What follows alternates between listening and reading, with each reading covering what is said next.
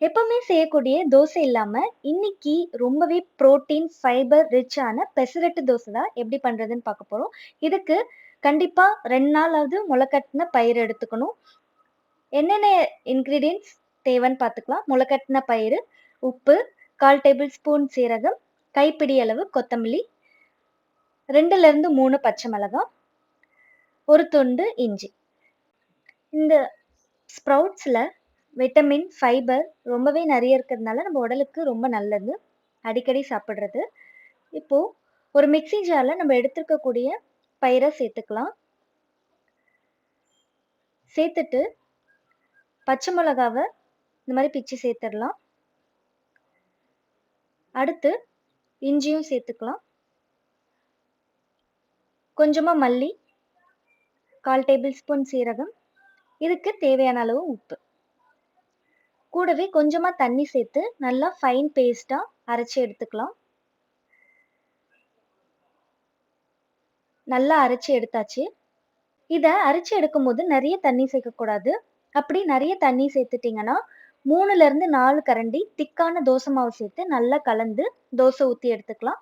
நம்ப இத அப்படியேவும் தோசை செய்துக்கலாம். இல்லாட்டி தோசை மாவு கலந்தும் சேர்த்துக்கலாம்.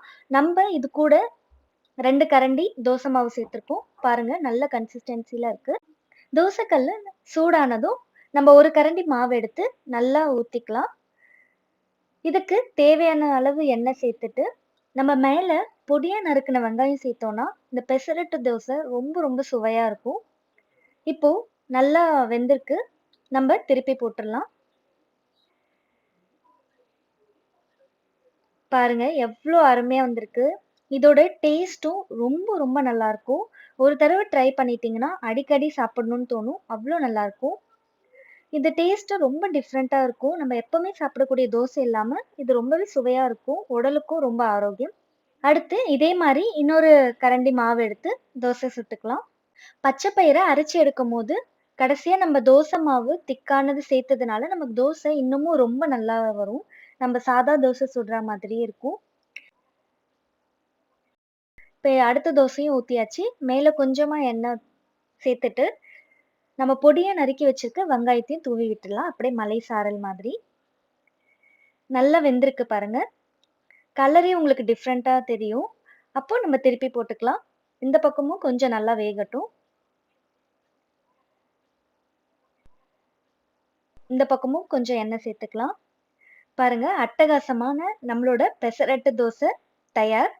இதுக்கு தொட்டுக்க நம்ம எப்பவுமே செய்யக்கூடிய தேங்காய் சட்னி காரமா செய்து தொட்டு சாப்பிட்டு பாருங்க.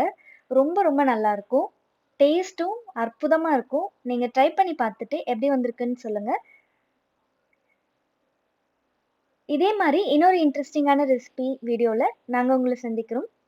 இந்த ரெசிபி டீட்டெயில்ஸ் நான் டிஸ்கிரிப்ஷன் செக்ஷன்ல தரேன். நான் பிச்சு காமிக்கிறேன். எவ்ளோ சாஃப்ட்டா இருக்கு பாருங்க. ரொம்ப ரொம்ப நல்லாருக்கும். இதே மாரி நீங்களும் ட்ரை பண்ணி பாருங்க. தேங்க்ஸ் ஃபார் வாட்சிங். Happy cooking.